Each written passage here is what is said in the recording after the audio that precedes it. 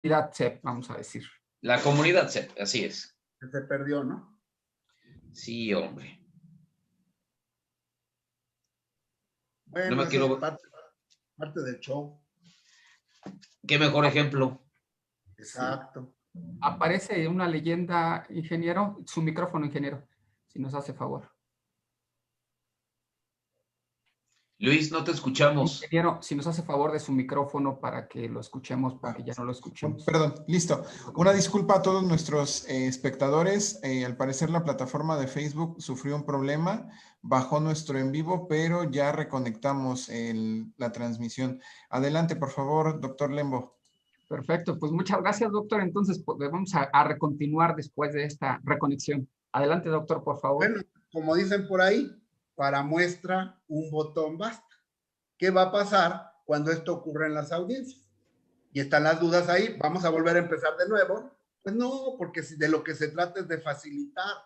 Entonces aquí los jueces tendrán que, y las autoridades legislativas y demás, ya ir pensando en una reforma, en vez de estar queriendo meter reformas raras como esas que querían desaparecer a los jueces de control y todas estas cuestiones que daban un retroceso a los derechos humanos porque, por inconveniencias a algunos poderes fácticos. Mejor deberían de estar pensando ahorita los legisladores precisamente en introducir al Código Nacional un capítulo de incidencias electrónicas, ¿verdad? Para que ya se establezcan las directrices sobre las cuales los jueces en las audiencias podrán subsanar todo este tipo de cuestiones que, repito, no son culpa de nadie. Ahorita lo acabamos de vivir.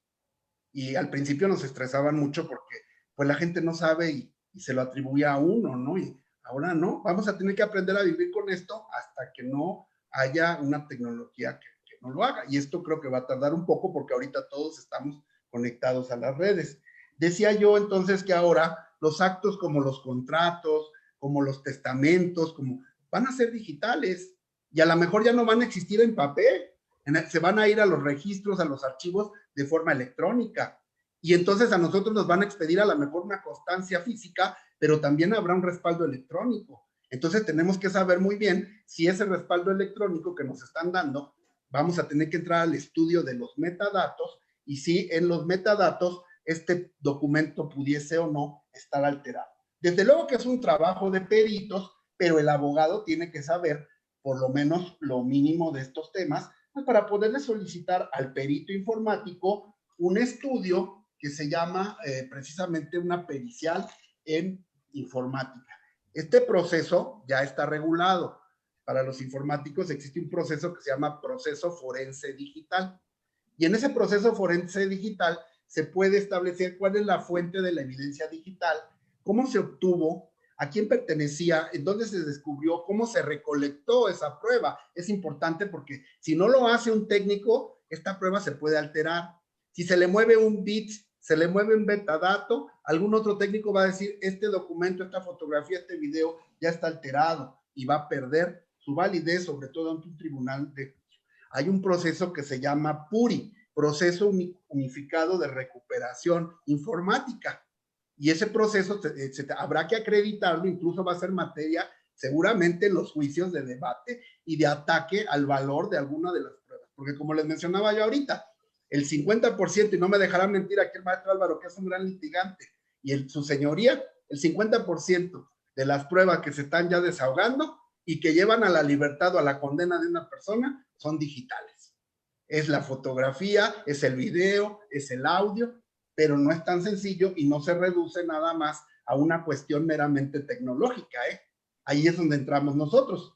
Tenemos que ver cómo se obtiene, ¿verdad? Cómo se procesa, sobre todo la obtención, porque tenemos un artículo que prohíbe la intervención de comunicaciones, porque tenemos leyes que protegen los datos personales y casos, ustedes los conocerán por montones, donde si no se cumple con estas disposiciones, voy a concluir ya con esto, me quedaban 2 minutitos de, no sé cuánto tiempo se perdió en plataforma, pero en mi conteo van 2 minutitos, en las plataformas, por ejemplo, Facebook y demás, como la que estamos viendo ahorita, esto que ya está quedando ahí, ¿a quién pertenece? ¿De quién es?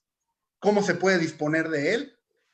Porque si nos vamos a los contratos de uso y demás, y por ejemplo ahorita quiere alguien tomar de Facebook este video para iniciarme a mí quizá una responsabilidad por alguna opinión que yo emití, pues vamos a ver y vamos a debatir qué tan legal es ese video, porque ese video en este momento y en la medida que ustedes lo están obteniendo de Facebook, ya no es propiedad ni nuestra ni de Centro de Estudios de Posgrado, sino probablemente de Facebook. Eso está en los contratos de privacidad que nosotros firmamos de manera, siempre cuando entramos a las aplicaciones, de manera muy concienzuda. Simplemente le ponemos acepto, acepto, acepto y acepto. Muy bien, pues por el momento sería todo en mi participación, su señoría y maestro Álvaro. Muchas gracias. Muchas gracias por esta charla tan amena con los dos doctores amigos de esta institución. El doctor Lembo nos estuvo hablando a través de, bueno, empezó por algo importante respecto del principio de inmediación y nos dice, pues hay que trabajar con lo que se tiene, es decir, seguir adelante. No podemos, sobre pretexto del problema de la contingencia de salud que tenemos, entonces detenernos, ¿no? Trabajar con lo que se tiene, finalmente es la finalidad. Y nos trae dos informaciones novedosas, importantes para esta institución, acerca de un doctorado y una maestría en era digital, o sea, no como medio, porque actualmente sabemos que de estas maestrías tradicionales se están llevando a cabo por plataformas digitales. En el caso concreto, mucho se utiliza la plataforma de Zoom. Y también existe uno exclusivamente, alguna maestría en doctorado que se hace en línea. Pero la finalidad no dejan de ser maestrías y doctorados en Derecho, pero esta es una maestría y un doctorado en era digital. Bien, y también estudios acerca de la tecnología política y derecho en la era digital también. Así que estaremos ansiosos en esa espera de verificar que la Dirección General de Profesiones autorice al Centro de Estudios de Posgrado esos estudios para efecto de estar en la vanguardia. Bien, nos habló también acerca de los problemas que existen, la replicabilidad y el proceso para evidenciar esto, el llamado PURI. Y entonces, sin haber planeado todo esto, precisamente vino una de la problemática ad hoc que se presentó, derivado de pues sí, no sé, la plataforma de Facebook se cayó, se detuvo, algo ocurrió, muchas veces inexplicables, y justo eso es lo que hay que esperar, con prudencia esperar el tiempo que fuera necesario. Afortunadamente fue un tiempo muy breve, y así que sin mayor problema se pudo solucionar. Aquí tenemos el apoyo de un ingeniero Luis, Luis Toriz, y él nos ayuda siempre cuando ocurre ese tipo de problemáticas. Bueno, pues voy a hacer mi participación, como habíamos acordado con los amigos doctores, en el orden que ya ustedes vieron, el doctor Álvaro Ramírez, después el doctor Francisco Lembo Rosales, y ahora su servidor, José Aviña. Voy a tratar de, como lo dije al inicio, de hacerlo de alguna manera, pues, que sea sencillo para mí, para que de alguna manera quisiera que se pudiera comprender la problemática en la que nos encontramos de este lado. Porque finalmente, pues, ni siquiera estamos hablando de un problema de la capital, un problema del interior de la República, sino un problema del país, sino finalmente de todo el mundo. A ver, déjenme ver si no hay algún problema, Luis, porque escuchamos algo. Creo que no. Bien, y es un problema pues mundial, ¿no? Por eso la denominada pandemia. Entonces, tenemos finalmente nuestro procedimiento penal acusatorio en el país, ya en una época ya que acabó la de la implementación, que se dio desde el 2008 hasta el 2016, y ya estamos en una consolidación. Finalmente, con esa época de la consolidación, bueno, pues entonces tenemos todas las herramientas que nuestras legislaciones procesales nos establece, la legislación procesal penal concretamente nos establece. Y en ese sentido, debemos recordar que la salud se incorporó como derecho fundamental, forma parte del corpus juris internacional, y en consecuencia, pues obviamente hay que respetarlo. Por ende, voy a tratar de llevarlo de esa manera, de eso general a eso particular, porque precisamente es donde ya a medida que vamos bajando el nivel, nos damos cuenta de toda la problemática que se presenta, porque muchas veces abordamos esos temas muy de manera general, pero vamos a ver precisamente dónde ya los actores principales en el procedimiento nos enfrentamos ante a esa problemática y entonces, como dijeron mis dos amigos doctores, efectivamente, ahora trabajar con lo que hay y hay que solucionarlos, hay que tener paciencia, hay que tener prudencia, pero hay que solucionarlos. Finalmente, hay que continuar con ese procedimiento.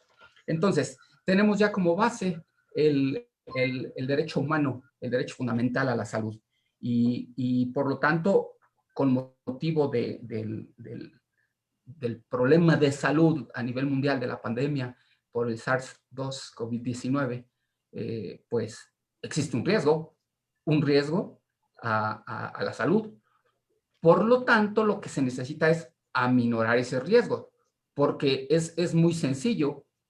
Países, tal vez, estados, para hablarlo a nivel internacional, tal vez estados donde sean regímenes, totalitarios, autoritarios, absolutistas, pues tomen medidas extremas y se acabó. Finalmente así. Pero nosotros formamos parte de Estado democrático de derecho y en consecuencia se toman determinadas medidas que hay que tomar en consideración. En ese sentido, recordemos también que el 10 de abril de este año, la resolución 1/2020 de la Comisión Internacional de Derechos Humanos emitió en torno al tema de la pandemia y los derechos humanos en las Américas. Esta, pues de alguna manera, resolución para que se dieran recomendaciones a los Estados miembros de la Convención Americana de Derechos Humanos, y sabiendo que con esa pandemia del COVID-19 se puede afectar gravemente a la vigencia de los derechos humanos, porque, bueno, pues se pone en riesgo esa salud y también la vida, la propia vida, la salud, la integridad corporal, la integridad personal. Hay un impacto que se puede presentar de inmediato, a mediano plazo y también a largo plazo. Entonces, para ello, emite una serie de recomendaciones, de estándares que se pudieran tomar por parte de los Estados miembros, pero con el pleno respeto a esos derechos fundamentales.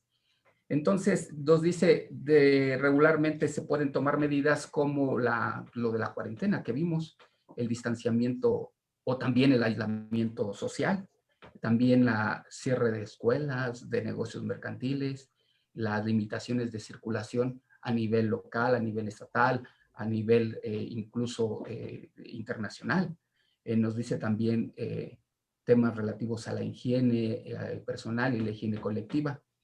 Finalmente, entonces, dice, se tienen que adoptar porque tenemos que aminorar el riesgo, porque sabemos que está la pandemia, por lo tanto, hay que aminorar. El tema concreto que nos ocupa, obviamente, dentro de toda esa problemática que por políticas públicas tiene que los estados necesariamente resolverlo de la mejor manera. Insisto, tenemos, sin ser únicamente esos dos puntos de vista, pero por un lado los estados totalitarios, autoritarios, absolutistas, y por el otro lado los democráticos de derecho, o quienes se jactan de tener esa forma de Estado. Y nosotros, obviamente, a partir de los postulados del artículo 39, 40, 49, podemos determinar que somos una república representativa, democrática, laica, federal.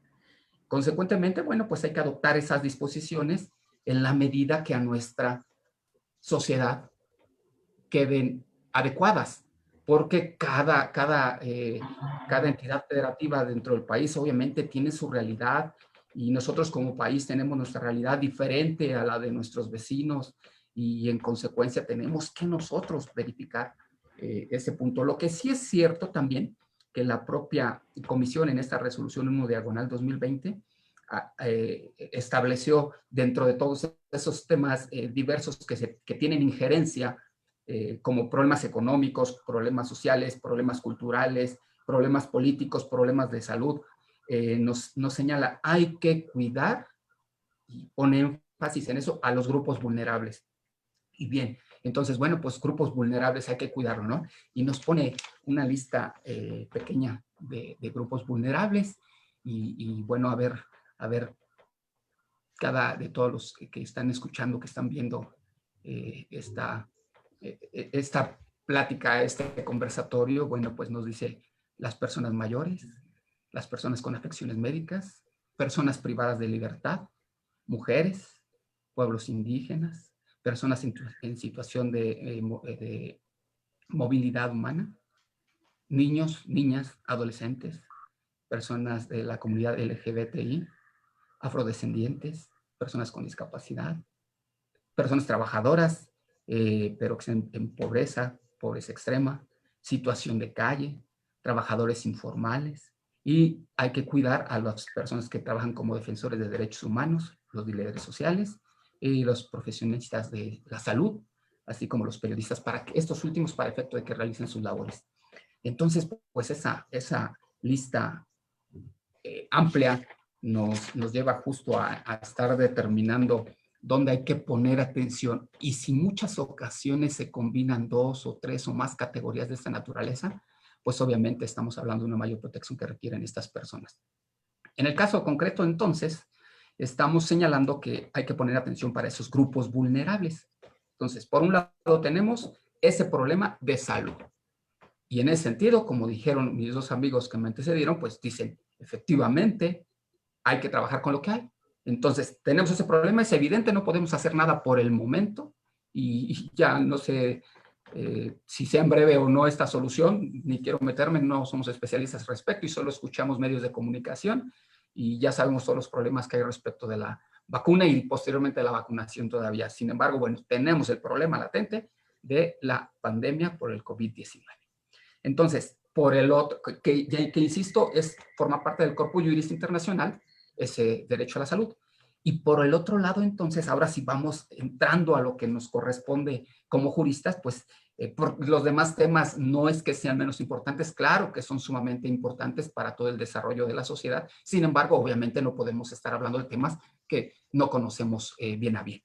En consecuencia, pero sí tenemos esta problemática, como lo había dicho mi amigo el doctor Álvaro Ramírez, en torno al tema del acceso a la justicia. Entonces, por un lado tengo el problema de la salud y por el otro lado tengo también el acceso a la justicia, que también es un derecho fundamental y forma parte del corpus juris internacional en materia de derechos humanos también. Entonces, hay que cuidar. ¿Qué hay que hacer?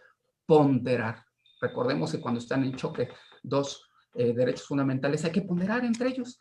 Entonces, pues por un lado, recordemos que también, como nos había dicho ya nuestro amigo el doctor Lembo, que pues inicialmente se detuvo. ¿Por qué? No sabíamos cómo iba evolucionando esa enfermedad, no sabíamos qué tan grave era y en consecuencia, pues se detuvieron. Y nos dijo el doctor Álvaro también, pues a nivel federal, a nivel local y finalmente se detuvo. No es que se haya detenido concretamente respecto a la materia penal en la totalidad, no es que se haya detenido de esa forma. Y esto lo señalo porque a partir de aquí justo tenemos el choque de estos dos derechos fundamentales que, recordemos, en términos generales, en términos ordinarios, no pasa nada, se respeta uno y otro y convivimos armónicamente con ellos. El problema es que ante esta pandemia, entonces, ese riesgo de la salud está evidente, pero tampoco podemos permanentemente dejar suspendidos todos los procedimientos hasta que se solucione esto, pues sería indefinido y no podríamos hacerlo. Por lo tanto, hay que buscar herramientas para poder continuar con el respeto a ambos derechos. En ese sentido, de manera particular, podríamos señalar, voy a decir así de esa manera, los plazos para ser juzgado. Pero aquí dos términos importantes, los plazos constitucionales y obviamente los plazos procesales. En ese sentido, entonces, de manera inicial, y la materia penal siempre había estado acostumbrado a ello, ¿no? El hecho de, para fines de semana, para días inhábiles, siempre se han quedado guardias de jueces penales del sistema tradicional y ahora del sistema acusatorio de los jueces de control. Efectivamente, siempre ha habido estas guardias, de tal manera que se encuentran jueces todos los días de la semana.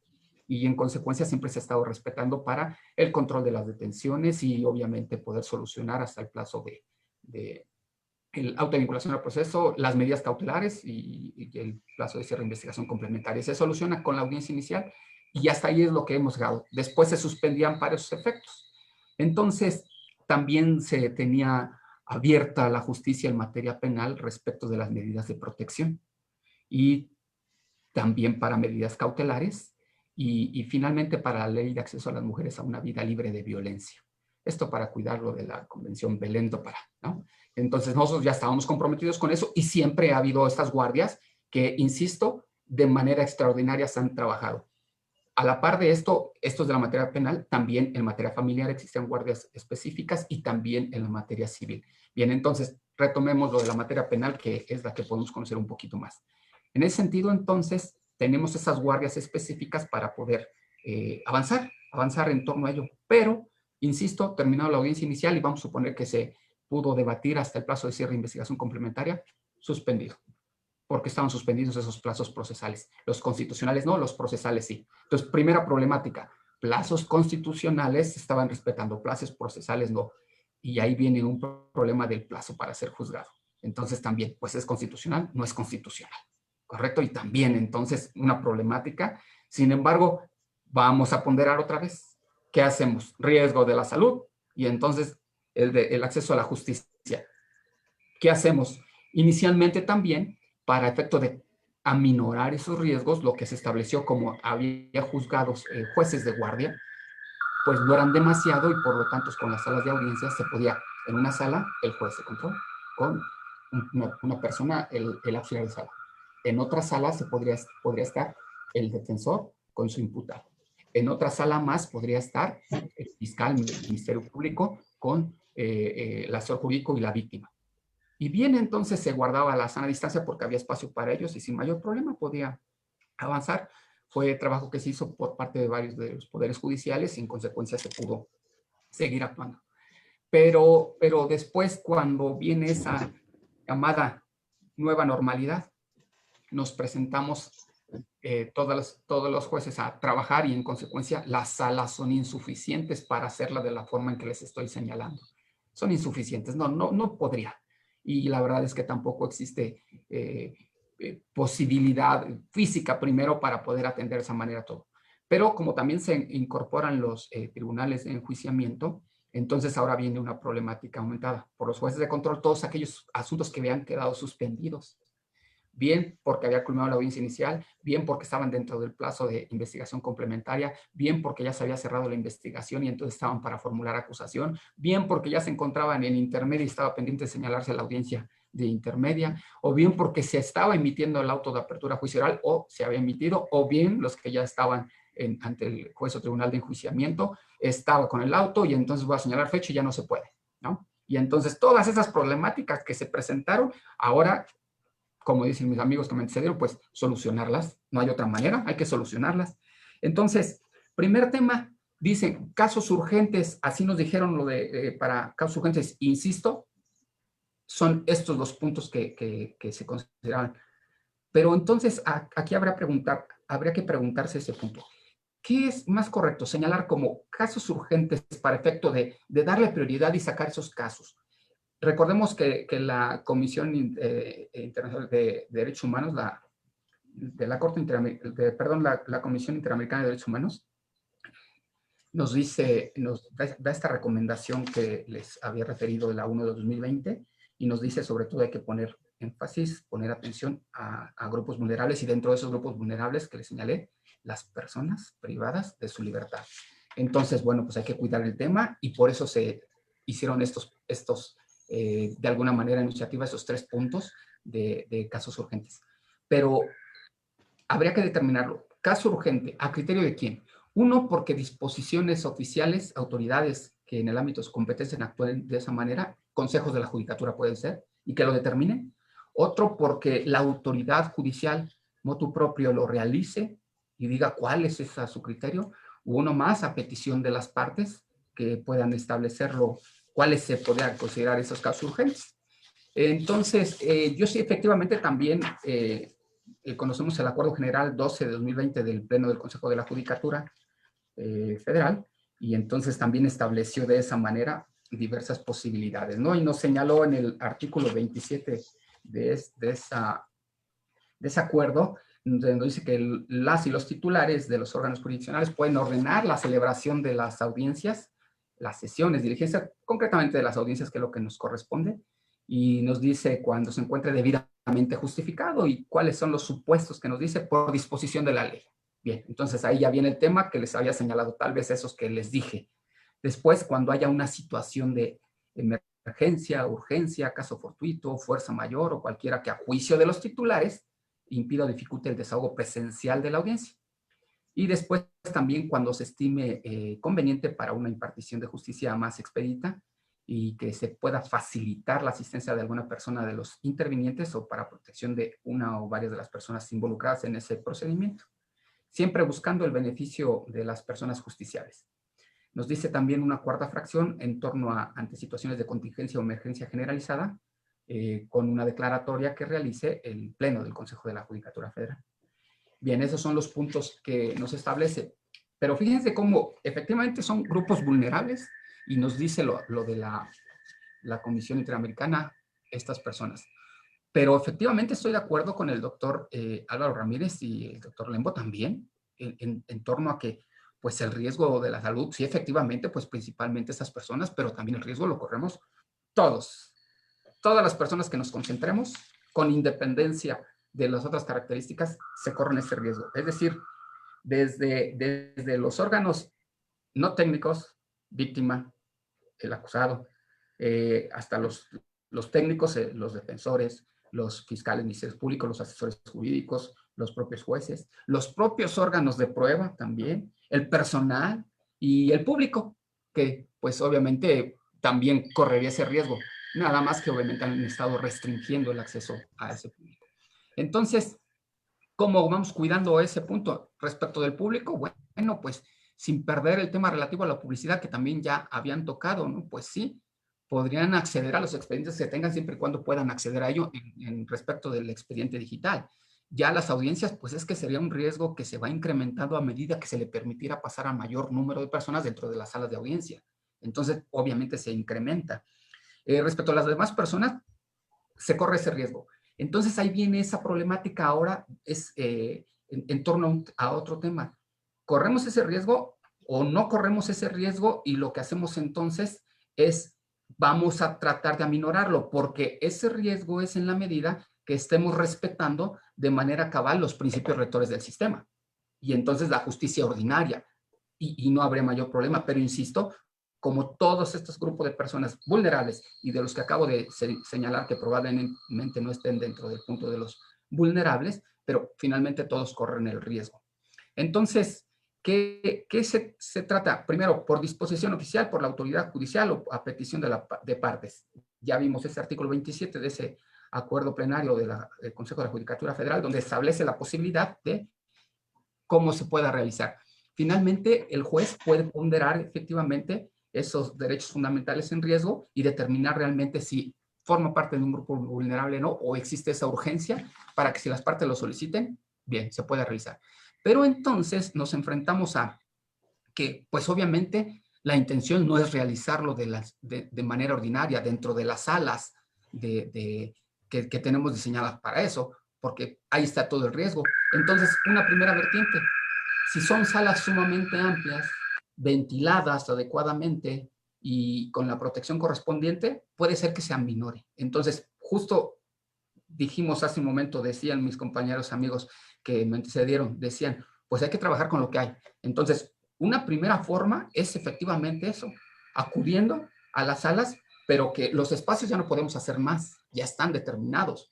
Guardando una sana en esa sala, pues una sana distancia, algo adecuado y con la protección correspondiente. El riesgo, insisto, se corre. Porque entonces estamos hablando que una audiencia normal, ¿cuántas personas estaríamos? Si fuera una audiencia de control, pues lo mínimo que podrían estar es el fiscal, tal vez el asesor jurídico y la víctima, del otro lado la defensa y su imputado, y del otro lado el juez, ¿ok? Olvidemos que la vigilancia que exista, ya, pero no porque no sea importante, sino porque vamos a tratar de disminuir el número. Pero si ya nos enfrentamos ante donde haya más de 2 víctimas o más de 2 imputados, entonces, y tengan sendos defensores, pues entonces se va aglomerando mayor número de personas y ese es justo el tema que se trata de poder evitar, aminorar el riesgo. Por el otro lado tenemos entonces que tal vez ya en la audiencia de juicio con la totalidad de los actores, pero agregarle el número de personas que como como órganos de prueba van a acudir y entonces tenemos esa problemática incrementada. Entonces, ¿qué hacemos? Llevarla de manera ordinaria, sin protección, obviamente es algo absurdo porque estamos diciendo que ese derecho fundamental de la salud de las personas no nos está importando y es de los más importantes. Por el otro lado, entonces, decimos el acceso a la justicia, bien, privilegiarlo, correcto, no encima del otro. Entonces, en esa justa dimensión, llevarlo a cabo de esa manera en esas salas. Ok. La otra opción, entonces, que podemos tener es justo a través de medios electrónicos, los medios tecnológicos que pudiéramos tener a nuestro alcance. Obviamente no todos los poderes judiciales se dieron a la tarea desde antes de poder actualizar todas sus plataformas, de poder hacer uso de esas tecnologías. No sé cuáles son las razones, muchas veces cuestiones presupuestarias, muchas veces voluntad, no lo sé lo que haya ocurrido, pero finalmente no todo el mundo estaba preparado para eso. Entonces, nosotros recordemos, ¿qué soluciones podemos darle? Bueno, pues el expediente electrónico, nosotros efectivamente por las disposiciones que estoy de acuerdo con el doctor Lembo, que nos dice ese propio acuerdo plenario del Consejo de la Judicatura, y nos dice que tiene como marco jurídico, y nos señala los artículos 50, 51, 52, el 71, 83, 85, 87 y el 145. Finalmente nos dice también el 44 y el 450. Entonces nos dice así, son de diversos capítulos, de diversos títulos estos artículos. Sí, importantes está el 51, el 44 y el 450 para efecto de poder echar mano de esas tecnologías. Entonces, ahora, primer tema que nos encontramos haciendo uso de estas tecnologías. Ya el otro tema lo dejamos de lado. Lo dejamos de lado porque finalmente lo hacemos físicamente con la debida protección y esa es una herramienta, es una salida. Por el otro lado, entonces, lo hacemos a distancia. Bien. Sabemos de las tres grandes etapas que se pueden desarrollar en el sistema de corte penal.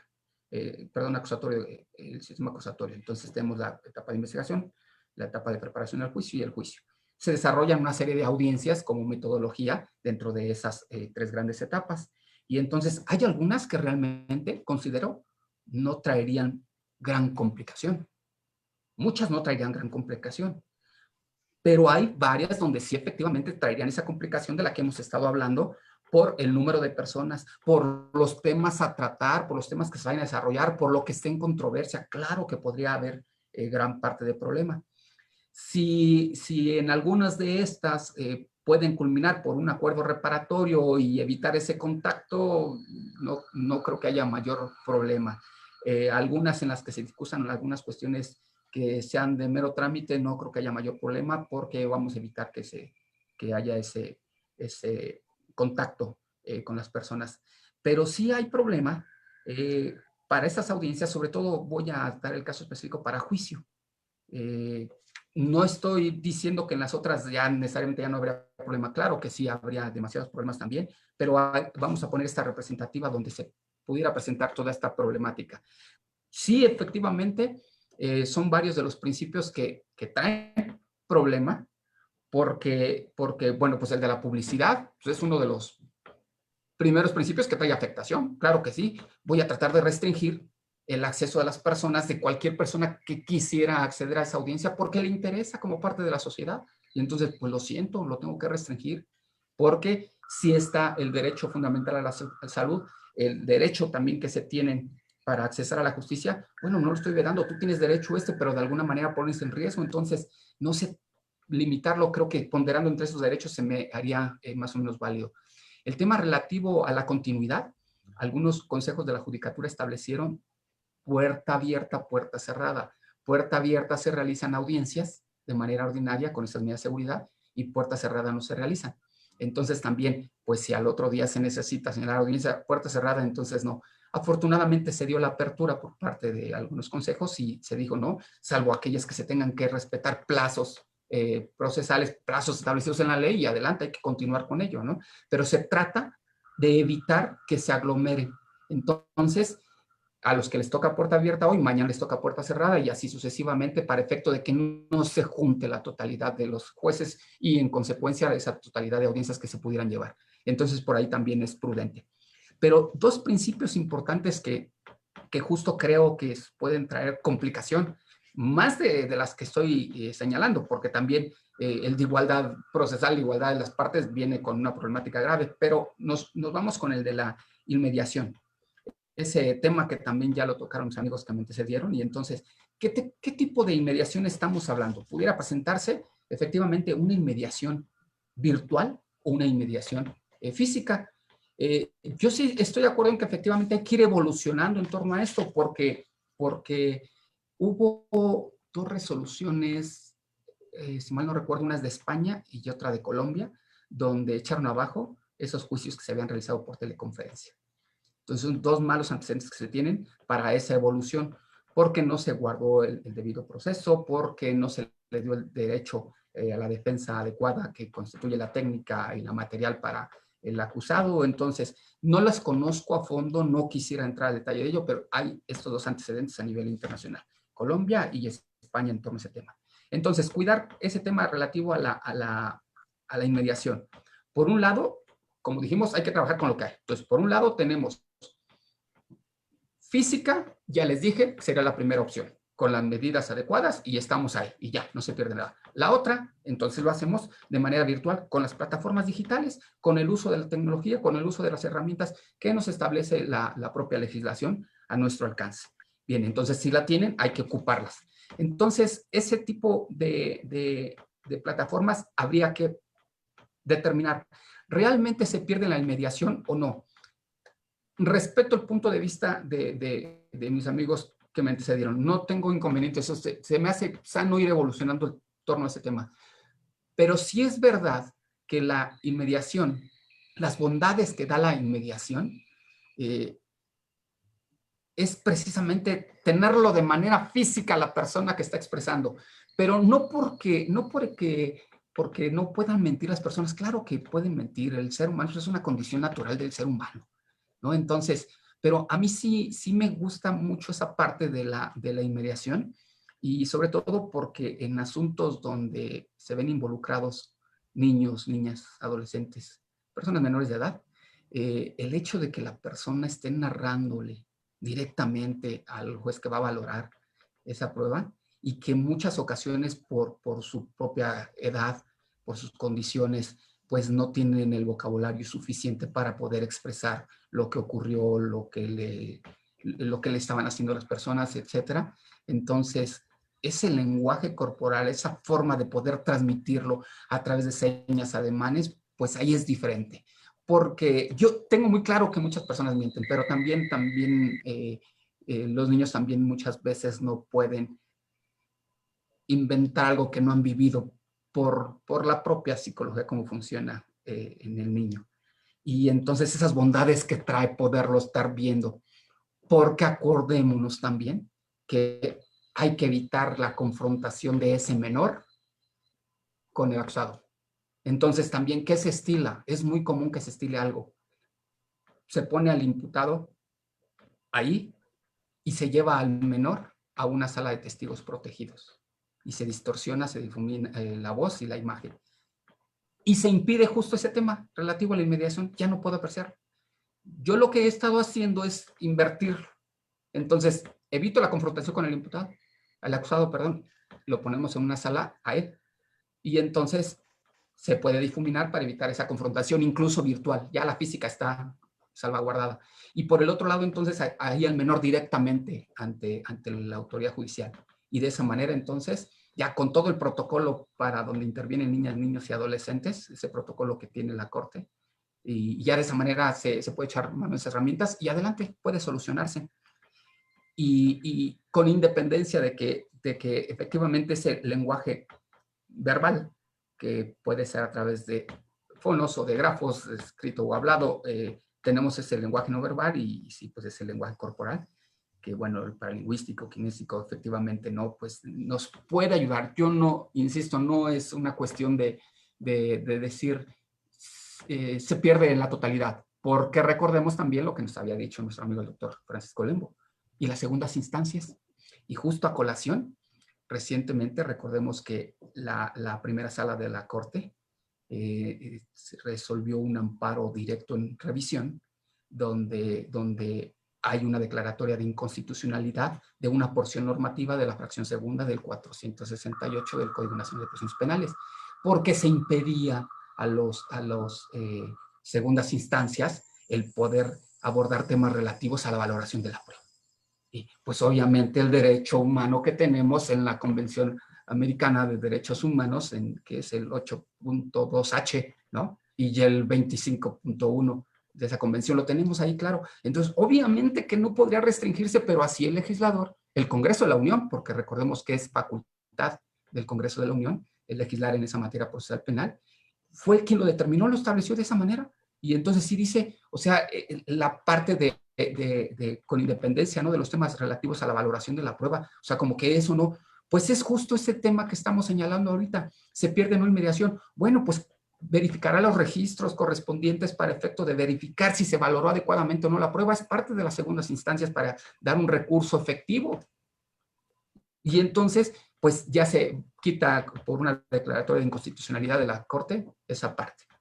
Entonces, tenemos ya dos soluciones probables ante esa problemática.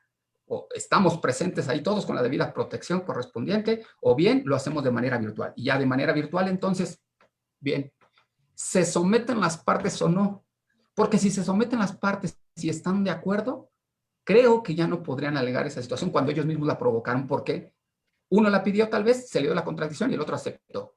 O bien la autoridad dice, dispongan ustedes, digan, los escucho para verificar si realmente es urgente o puede esperar esta parte. Ya, los escuchará uno. Y entonces, tenemos por el otro lado, si lo hacemos de esa manera virtual, el darle una interpretación de alguna manera extensiva a ese concepto. Estoy de acuerdo, no es hacerlo de esa manera tan restringida, tan simple, tan decir, no, para esa inmediación es exclusivamente que yo tenga directamente a los órganos de prueba que dan la información, que la vieron ellos, la escucharon o la apreciaron por cualquier sentido y que me la den directamente a mí, que yo voy a valorar. Bueno, sí, pero si antes estamos diciendo que en muchas ocasiones se recibe esa información porque no está en la sala de audiencias, es el órgano de prueba, o bien cuando, acuérdense que también de los exhortos que realizamos, también se realizan de una entidad a otra, bueno, pues también se realizan, o por la cooperación de las autoridades internacionales, de esa manera también, ese propio artículo 450 lo establece, ¿no?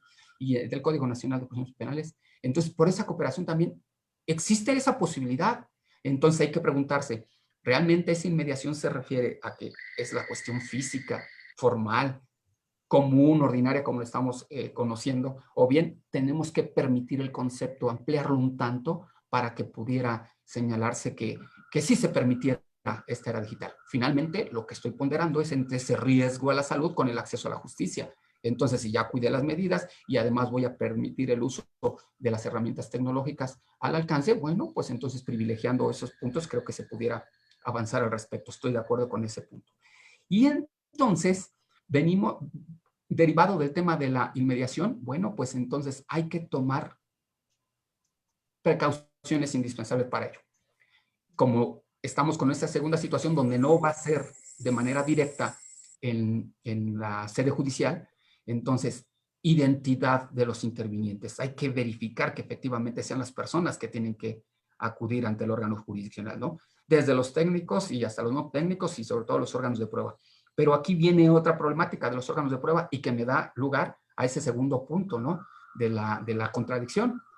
Y entonces, sí es la persona porque ya se identificó y ahí lo que decía el doctor Lembo, a través de códigos QR, a través de la e-firma, a través de la FIREL, ya mecanismos que se tienen establecidos para ello. Bien, podemos corroborar la identidad de la persona, ¿no? Y nada más cuidar, estar vestidos adecuadamente en ese mismo momento, ¿no? Porque ya vimos también lo que ha ocurrido a través de esas herramientas tecnológicas y pues muy vestidos bien de aquí para arriba, ¿verdad? Pero de para abajo ya no.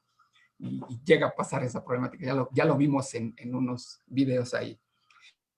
Y entonces para retomar este punto, entonces tenemos el tema relativo a que identificar a la persona adecuadamente. Pero entonces, ¿quién lo va a identificar? A través de esas herramientas de la e-firma, la FIREL y los códigos QR, está bien, se puede realizar, pero ¿cómo cuidamos que esa persona no esté teniendo comunicación con otros? ¿Cómo le hacemos? Entonces, otra vez viene el punto, pues puede ser que esté en salas separadas, pero ya en la sede judicial, para efecto de poder verificar que efectivamente esa persona no está teniendo comunicación con alguien. Entonces, cuide identidad, pero también cuido que no tenga comunicación con él. O bien, si está desde una oficina, está desde su casa, donde cuidando todo lo necesario para que sí efectivamente saber qué es él, tener que mandar personal del Poder Judicial para efecto de poder cuidar esos temas. Identificación y después que nadie esté ahí. ¿Cómo garantizar que efectivamente no va a tener comunicaciones para respetar debidamente esa contradicción? Porque el hecho de estar interrogando a la fiscalía y posteriormente va a contrainterrogar la defensa, y si alguien le está diciendo que sí, que no, y sobre todo en esa sugestividad que se permite obviamente en el contrainterrogatorio, no sé, ese es el tema que hay que cuidar. Por lo tanto, entonces tal vez sea necesario que para el desahogo de los órganos de prueba, sí permitir a través de las bondades que nos dan las herramientas tecnológicas, pero con ese cuidado debido. O bien van a sede jurisdiccional y ahí con la separación correspondiente en otros recintos judiciales, si es que hay espacio para ello, o cuidar cubículos, espacios separados, o bien en el domicilio, oficina, o lugar que ellos determinen, con el apoyo tecnológico correspondiente de parte también del tribunal, de los tribunales, y además personal que lleve esas herramientas tecnológicas y que verifique que efectivamente esa persona va a estar libre de cualquier comunicación con otra persona. Y después, el propio acusado. La comunicación que no tengo por qué impedir del imputado, del acusado con su defensor, para gancharse también derecho de defensa, tanto adecuada defensa, tanto material como técnica. Y también ese problema que se nos presenta. Entonces, si se fijan, una serie de problemáticas, pero como habían dicho mis amigos, justo ese es con lo que tenemos hay que trabajar. No hay otra manera. Solo son algunos puntos que pudieran poder tomar en consideración para efecto de poder avanzar, porque finalmente no podemos seguir esperando, o ya no hemos estado esperando, ya se ha ido avanzando al respecto, pero siguen los asuntos llegando, entonces no se pueden ir formando de tal manera que siga esperando esto y entonces el acceso a la justicia se esté vedando. Y solo para terminar este comentario en torno a que si efectivamente este acuerdo general del Pleno del Consejo de la Judicatura Federal, el 12 del 2020 que le estaba señalando, sí establece que en uno de los transitorios, el quinto transitorio en la fracción segunda, que sería en todo caso, la regla general tendría que ser las videoconferencias, y la excepcionalidad sería la presencia física de las partes y los demás intervinientes. Pero, o sea, es así como lo establece, pero hay que tomar en cuenta que esta regla solo mientras dure esa contingencia, mientras dure este estado de emergencia. Entonces, de alguna manera, si lo invertimos así, si lo entendemos de esa forma, en realidad es un caso excepcional, lo virtual.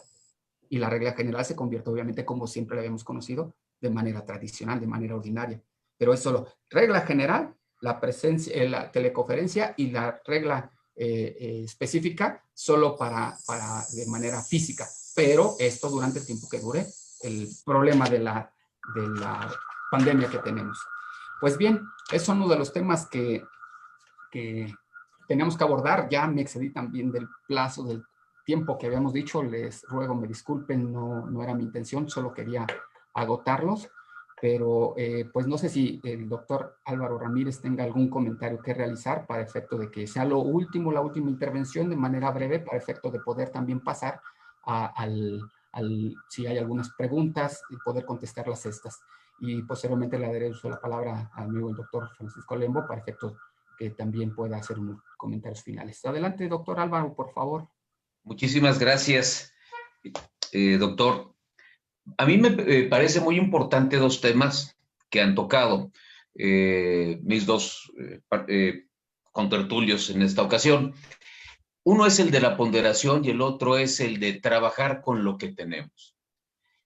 Dentro de la experiencia que yo he tenido, que es el segmento que me tocó abordar en esta charla, yo les puedo decir que sí es verdad necesitamos a la técnica, que sí es verdad necesitamos los instrumentos, que sí es verdad hay que acudir al internet, a los medios electrónicos, a las cintas magnéticas. Todo eso es muy cierto. Lo vimos hace un momento que prácticamente, como diríamos hace unos años, mal hablado, ¿eh? Pero se cayó el sistema.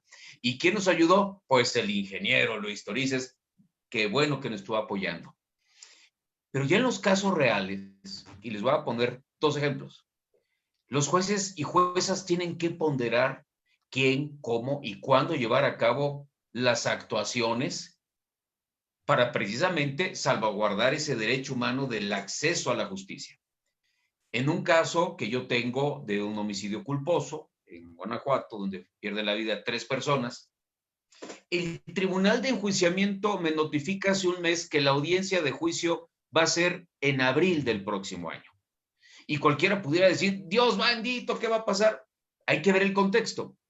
1, mi representada, durante toda la tramitación, desde la investigación inicial, el procedimiento ya ante el juzgado, en la etapa complementaria, jamás se sustrajo a la acción de la justicia.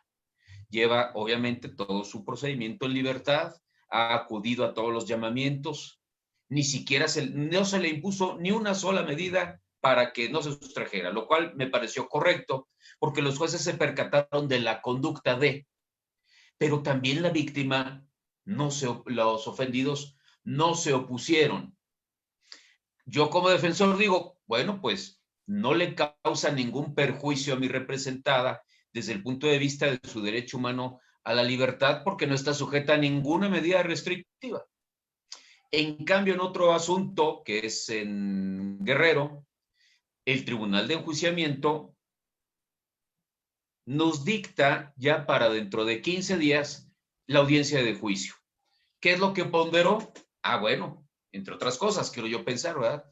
Que dentro de todo el cúmulo de trabajo que tiene, que están llevando 1 o 2 audiencias, cuando mucho diario, porque se juntó el trabajo, pero sí pondera que la persona que va a ser juzgada ya lleva 1 año y medio en la cárcel. Entonces, anticipan, ¿sí? Dan prioridad a su libertad o a su situación jurídica para poder establecer las fechas de las audiencias. Y ahí voy al otro punto, ¿sí? Hay que trabajar con lo que tenemos. Si un centro de justicia tiene, por decir un número arbitrario, 6 salas, pues difícilmente podrá atender todos los días 20 o 30 audiencias, muy difícilmente. Y como dirían los antepasados de todos nosotros, los romanos, nadie está obligado a lo imposible. Pero una cosa no es estar obligado a lo imposible y la otra, muy diferente, es no hacer nada posible. Y los tribunales lo que han procurado es precisamente hacer lo posible con lo que se tiene, tomando en cuenta esta ponderación de la situación jurídica de todos y cada uno de los justiciables que están a su disposición. Uno como litigante, en cuanto escucha una resolución en contra, lo primerito que hacemos es que el juez tan malo, malvado. Ahora sí que como dice uno de los Jordis españoles de esta nueva tendencia de valoración de la prueba, ¿no? Cuando un juez o una jueza está dispuesto a dictar sentencia a como dé lugar en el sentido que él quiere o ella quiere, pierdan toda esperanza, como cuando Dante viaja al infierno. Pero cuando nos va muy bien, hombre, cuánta justicia, qué prudencia, qué sabiduría para. ¿Hay que buscar un punto intermedio en esto? Yo creo que no. La solución está en las leyes. Y repito, para cerrar mi participación en este punto, las directrices, inclusive para este tipo de situaciones que jamás nos habíamos imaginado vivir, nunca, ya están en la ley. Ahí están las directrices. Nuestro anfitrión, el señor doctor Joe Sabiña, ¿qué es lo que nos dice, verdad? Tenemos que trabajar respetando derechos humanos. Ahí está el derecho humano a la salud. No lo voy a comprometer, pero tampoco me voy a detener, no voy a paralizar toda la función jurisdiccional, toda la función judicial, porque también hay otro derecho humano que es el de acceso a la justicia. Y si lo vamos particularizando, ¿qué pasaría con el derecho humano de las mujeres a la protección que hemos adquirido a través de suscribir tratados y convenciones internacionales? No podemos decirle a una mujer que tiene grave riesgo de perder la vida, ¿sí? Oye, espérame, ahorita no te voy a ratificar las medidas porque, pues, tenemos la pandemia. Entonces nos damos cuenta que regresamos al principio de lo que yo platicaba en esta plática, valga la redundancia, en mi arranque. Hay que improvisar, pero la improvisación no es hacer las cosas mal o ahí se va. Hay que basarnos en, primero, prudencia, sentido común, pero sobre todo en las leyes. Le pasó a don Francisco Javier Gamboa, ya comenté su caso, le pasó a grandes juristas y actualmente nos está pasando a todos. ¿Cómo tomar esas decisiones siguiendo la línea de los derechos humanos que arranca ya con mayor exactitud, mayor prisión y obligatoriedad, no solamente para el aparato jurisdiccional, sino para argumentarlo nosotros como defensores o fiscales o defensoras y también ministerios públicos mujeres, ¿sí? Para argumentarlo en una audiencia, hasta para pedir una audiencia. Se nos está acabando el tiempo, yo ya veo muy desesperado al maestro Lembo, que lo conozco con una mirada inquisidora, pero le vamos a dar el uso de la palabra, no sin antes terminar con lo siguiente. Sí necesitamos todas estas nuevas tecnologías. Es un mundo nuevo, esto no va a cambiar. Esto llegó, así como estas enfermedades llegaron para quedarse, esta nueva impartición de justicia, esta nueva forma de litigar, tampoco se va a ir. Lo va a agilizar, pero seguimos siendo clásicos. Todo esto ya existía. Todo esto ya estaba. La argumentación para decidir, la ponderación cuando tenemos de frente a través del principio de inmediación, cómo valorar las pruebas, eso va a seguir.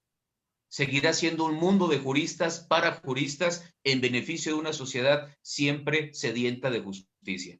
Por mi parte es todo. Yo les agradezco sobre todo a Centro de Estudios de Posgrado, a nuestro señor rector, don Oscar Delgadillo, a nuestra directora general, Elsa Delgadillo, la oportunidad que nos da de plantear estos temas nuevos, novedosos y sobre todo de que nos percatemos que no nos podemos estar quejando para todo decir, es que hace falta capacitación, eso cualquiera lo dice. Se construye haciendo, no criticando. Centro de Estudios de Posgrado, creo que así lo ha dejado muy claro. Muchísimas gracias a mis colaboradores, a mis amigos sobre todo, pero sobre todo a las personas, hombres y mujeres, alumnos y alumnos de la comunidad enorme del Centro de Estudios de Posgrado, por prestar su atención durante este par de horas. Muchísimas gracias.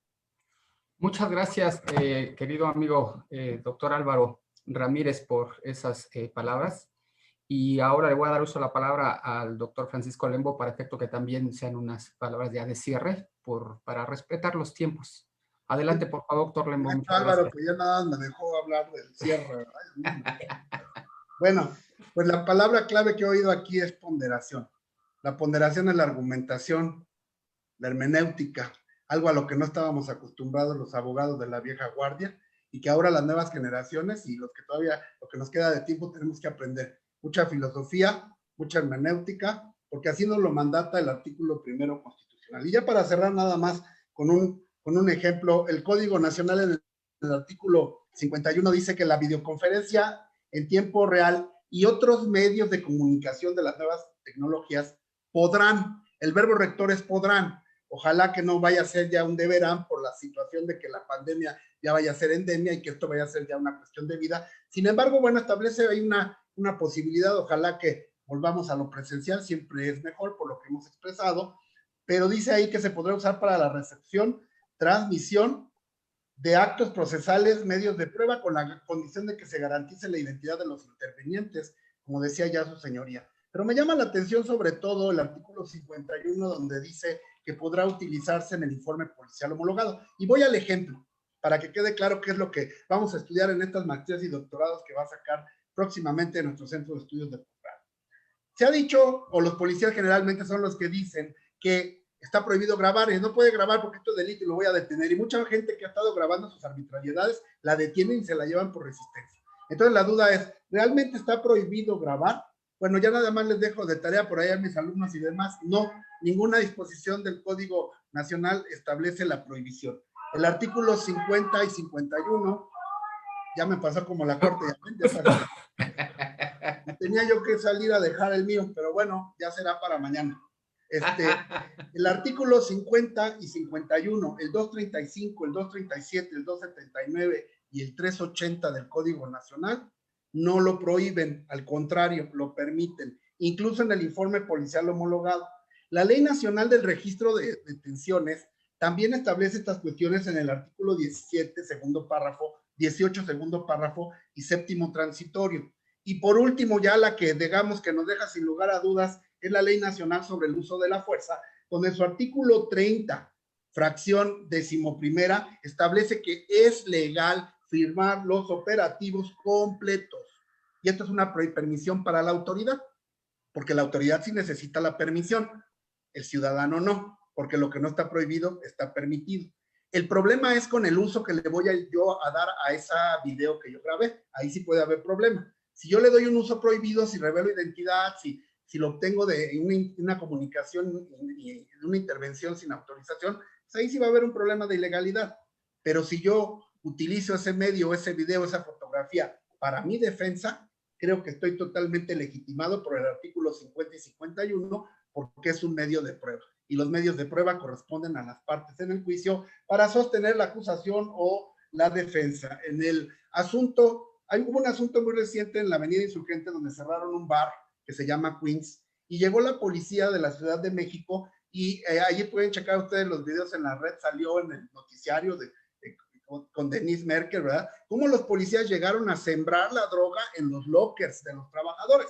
No se dieron cuenta que había una cámara grabando, ¿sí? Sin embargo, el policía, el que venía al mando, toma su celular, ¿verdad? Y pone la droga en el locker y le toma una foto. Y después se aleja, cierran el locker y le toma otra foto. Y ya más lejos toma lo que son los pequeños, los medianos y los grandes acercamientos. Aquí la pregunta es, seguramente los va a poner en el informe policial homologado, pero los va a poner al revés. Primero va a poner el alejamiento, luego el mediano acercamiento y luego el gran acercamiento, no en el orden que los tomó. Y eso, si yo soy un abogado que me capacite en materia de prueba digital, ¿verdad? Podré solicitar los metadatos de esas fotografías que provengan directamente del celular que haya sido debidamente recolectado, resguardado y presentado para acreditar que el orden de las fotografías es distinto al que me lo presentó. Y si no tuve esa suerte de que se haya grabado la siembra de la droga, pues con esos conocimientos en materia digital podré y tendré una mayor visión para defender a mis clientes. Entonces los invitamos a que una vez, y todo esto ya lo venimos enseñando en las maestrías tradicionales, ¿verdad? No crean que estamos esperando tampoco a que salga la maestría específica. Ese es los conocimientos que nosotros siempre compartimos en todas las maestrías donde participamos, porque siempre estamos a la vanguardia. Muchísimas gracias, y a mis compañeros, a su señoría, por habernos invitado, por habernos considerado, porque usted fue quien decidió nuestra participación, lo cual me parece un gran honor, y también haber compartido con un gran jurista como es el maestro Álvaro Ramírez Segura. Muchísimas gracias. Bueno, pues el agradecido soy yo por haber tenido aquí a dos compañeros, dos amigos, dos grandes juristas que estuvieron aquí durante toda esta transmisión, apoyándonos con sus conocimientos y con esta charla, este conversatorio tan ameno que se realizó. Ya no, para respetar el tiempo de todas las personas, agradezco también al rector Óscar Ulises Delgadillo Aguirre la invitación que hizo, a la maestra Elsa también, para efecto de poder hacer posible este evento, al ingeniero Luis y sobre todo a todas las personas que estuvieron presentes a través de la plataforma digital y poder tener acceso a estos. Les agradezco mucho y no me queda más que despedirnos. A nombre de todos, darles las gracias de nueva cuenta y entonces le doy el uso de la palabra al ingeniero Luis Torres para efecto de que pueda despedir la plataforma. Adelante. Muchas gracias, doctor. Pues como siempre, estos medios digitales traen sus bemoles y en este caso nos tocó. Yo más que nada invitarlos a una segunda parte de este tema tan interesante del cómo estas nuevas tecnologías van a apoyar al derecho para desarrollar todas estas nuevas implementaciones, audiencias digitales, testimonios digitales, y como bien lo dice el maestro Lembo, para reforzar esta nueva maestría que estamos por implementar en Derecho Digital. Hay que volvernos abogados 2.0, abogados digitales, expertos en nuestras nuevas tecnologías, y Sí, pues abogado. la invitación está abierta, doctor Lembo, así es.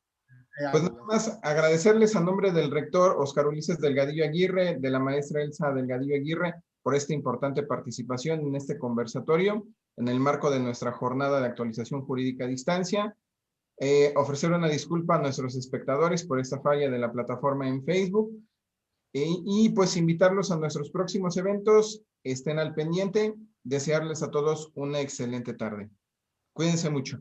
Muchas gracias, Hasta hasta luego. luego, que estén muy bien, cuídense.